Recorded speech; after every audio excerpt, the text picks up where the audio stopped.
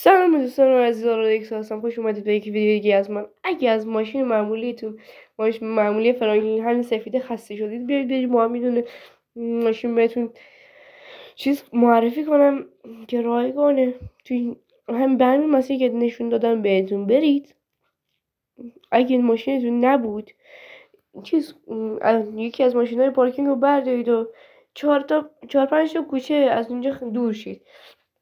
اگه دور شدید و دوباره رفتید برگشتید دیدید ماشینتون ظاهر نشده مثل من، دوباره یه بار دیگه برید همون 4-5 کوچه رو یه دونه کوچه هم دیگه اضافه برید، یعنی 6 تا کوچه، 6-7 تا کوچه برید اونورتر، چند لحظه صبر کنید، دوباره برگردید رو همون پارک، بیاید برگردید رو چیز، رو همون پارکینگه.